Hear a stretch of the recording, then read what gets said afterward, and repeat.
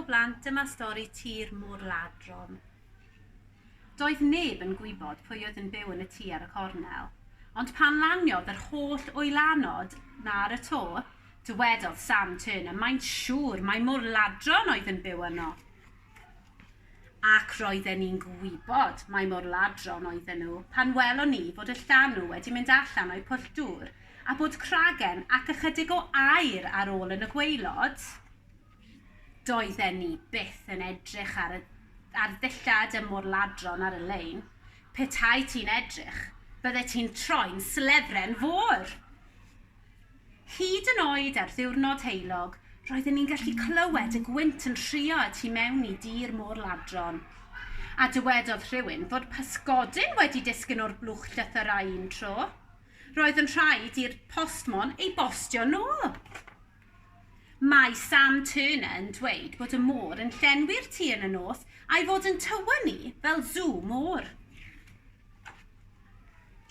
Ond dyw'r Môr-ladron byth yn dod allan. Maen nhw wrthi'n cynnal partion i fôr forynion bach ac yn cyfri darnau aer sydd ganddyn nhw. Dydd Iau diwethaf, dechreuodd drws ffrynt Tŷ'r Môr-ladron agor. Daliwch eich anadl, fe ddaw ton enfawr o'r tŷ, gwaeddodd Sam Turner. Felly dalion ni gyd ein hanadl. Agorodd y drws, yn llydan. Ond nid ton ddaeth allan, na môr-leidr.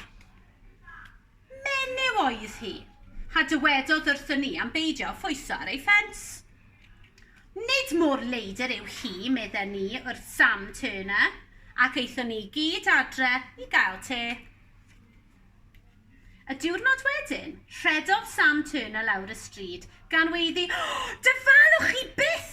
Mae angen filod yn symud i mewn i rhif 2.